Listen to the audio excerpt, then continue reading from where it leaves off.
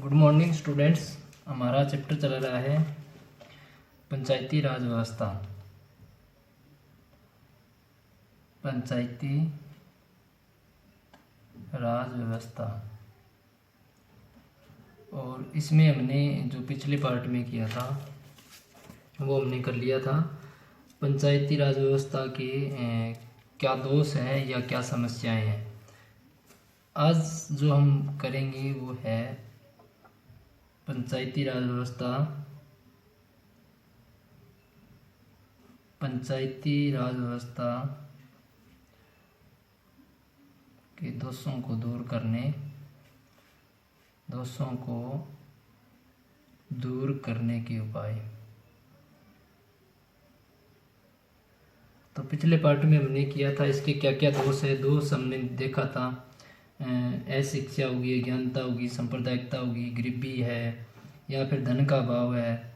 तो इस प्रकार की जो समस्याएं हैं पंचायती राज व्यवस्था लागू करने में आ रही थी, उनको किस प्रकार से दूर किया जा सकता है वो आज हम चर्चा करेंगे।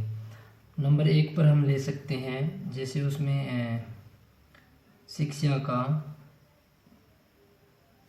का प्रसार। यानी पंचायती राज व्यवस्था है, अगर सुचारू रूप से या अच्छे ढंग से हमारी जो ये व्यवस्था काम करे, तो इससे पहले क्या है, हमें देश के अंदर शिक्षा का ना विकास करना होगा या प्रसार करना होगा।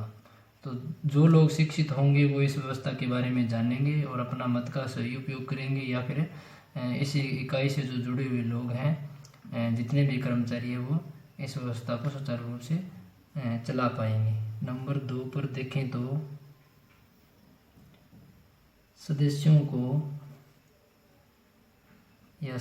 का प्रशिक्षण।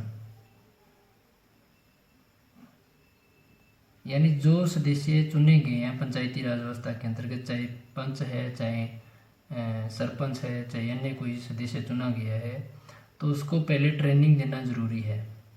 यानी उस पद के बारे में उसको प्रत्येक जो बारीकियां छोटी छोटी उसके बारे में, किस प्रकार इस शासन व्यवस्था को चलाना है, किस प्रकार लोगों का विकास करना है, ये सारी जानकारियाँ ये सरकार के द्वारा उनको ट्रेनिंग या गाइडलाइन देना जरूरी है। तब जाकर हम पंचायती राज व्यवस्था उसको हम अच्छे ढंग से चला पाएंगे।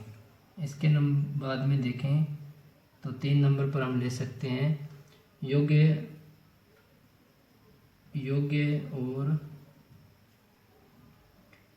ईमानदार कर्मचारी। अब जितने भी चुनावी दौर के अंतर्गत कर्मचारी नियुक्त किए जाते हैं वो योग्य हो, इस शासन के बारे में उनको नॉलेज हो, किस प्रकार चुनाव करवाना है, किस प्रकार मतदाताओं को उनका मत का अधिकार देना है, किस प्रकार सरकारी मशीनरी का यूज़ करना है, किस प्रकार से ये जो पंच और मेंबर चुने जाने हैं उनकी जो चुनावी प्रक्रिया है, किस प्रकार सूची मतों की तैयार करनी है। तो ये सारा सबसे पहले योग्य उम्मीदवार हो और ईमानदार हो, तब जाकर ये संभव होगा कि जो पंचायती राज व्यवस्था उसको जो समस्याएं आ रही हैं उनको दूर किया जा सकता है। इसके बाद में देखा जाए 4 नंबर पर, तो हम ले सकते हैं सरकारी हस्तक्षेप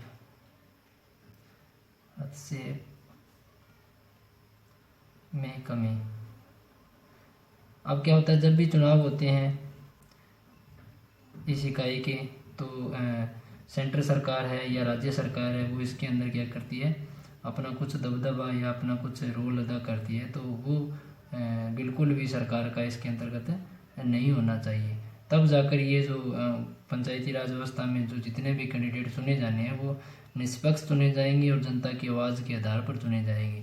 तो इसलिए जो सरकारी जो मशीनरी है इसका दुरुपयोग नहीं होना चाहिए, या सरकारी कर्मचारी है या जितने भी सरकार है, जिसकी भी सरकार है, वो इस चुनाव के अंतर्गत या अन्य कोई प्रक्रिया के अंदर अपना भागीदारी न दिखाएं और जो भी काम है वो सुचारू रूप से कर पाएँ। इसके बाद में हम ले सकते हैं इसमें राजनीतिक दलों पर रोक। राजनीतिक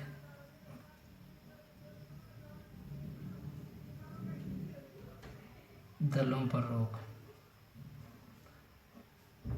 अब देखना है कि जो भी राजनीतिक दल है वो क्या करते हैं, अपने उम्मीदवार चुनावी समय के दौरान जब पंचायती राज व्यवस्था में चुनाव की प्रक्रिया या समय होता है तो क्या होता है, जितने भी दल हैं राजनीतिक दल वो अपने कैंडिडेट मैदान में उतारते हैं और उनके लिए वोट मांगते हैं या अपना दबाव बनाते हैं अपनी पार्टी का। तो इस प्रकार का जो राजनीतिक दल का जो इस चुनावी प्रक्रिया में भागीदारी है वो बिल्कुल ख़त्म होनी चाहिए। सरकार को इस प्रकार की प्रक्रिया में भाग लेने से रोक लगा देनी चाहिए, ताकि जो जितने भी MP MLA जो भी है इस चुनावी प्रक्रिया में न आ पाए और जो चुनाव है वो सही और निष्पक्ष तरीके से हो पाए।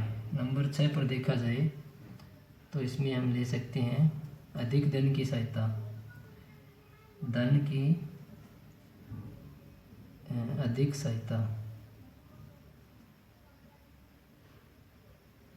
यानी जब चुनाव होते हैं तो क्या होता है, धन बहुत अधिक खर्च होता है। जो भी उम्मीदवार मैदान में होता है उसका धन काफ़ी खर्च होता है। तो लगभग जो पैसे दिए जाते हैं मत खरीदने के लिए उन पर रोक लगाई जाए या फिर अन्य प्रकार के कोई साधन यूज़ किए जाते हैं तो इन पर सरकार को बिल्कुल पाबंदी लगा देनी चाहिए, ताकि जो कैंडिडेट है वो ऐसे न कतराए कि मेरे पास धन नहीं है, मेरे पास पैसा नहीं है और मैं इस व्यवस्था में जा पाऊँ। यानी जिसके जो योग्य उम्मीदवार है जिसके पास पैसा नहीं है वो नहीं जा पाता है और जिसके पास में योग्यता नहीं है और जिसके पास में पैसा है वो इस चुनाव प्रक्रिया में जीत जाता है। तो इससे क्या होता है कि जो गलत उम्मीदवार है, अयोग्य उम्मीदवार चुना गया है, उसका इसमें पंचायती राज व्यवस्था चलाने में वो क्या करेगा, धांधली करेगा या फिर अन्य प्रकार किसी प्रकार का घोटाला करेगा। तो इससे अच्छा है कि धन पर जितना भी धन खर्च होता है उस पर बारीकी से नज़र रखनी चाहिए सरकार को और उन पर रोक लगा देनी चाहिए ये चुनाव आयोग को। नंबर 7 पर हम देखें तो इसमें ले सकते हैं राजनीतिक दलों पर हो गया, ग्राम सभा को सक्रिय बनाना चाहिए। ग्राम सभा को सक्रिय बनाना चाहिए, सक्रिय करना चाहिए, बनाना चाहिए। अब जो भी ग्राम सभा में जितने भी पंच और मेंबर या उम्मीदवार जितने भी चुने गए हैं उनका समय समय पर बैठक होनी चाहिए, समय समय पर उनकी अपने वार्ड के थ्रू विकास कार्य पर नज़र रखनी चाहिए। तो इस प्रकार के कुछ नियम और कानून लागू करके सख्ती से इस की पालना करवाई जाए तो जो पंचायती राज व्यवस्था है उसकी जो समस्याएं हैं वो लगभग ख़त्म हो सकती है। उसके बाद में देखें तो नंबर जो 8 है वो हमारा सबसे महत्वपूर्ण है, पंचायतों को अधिक शक्तियाँ देना, अधिक शक्तियाँ देना।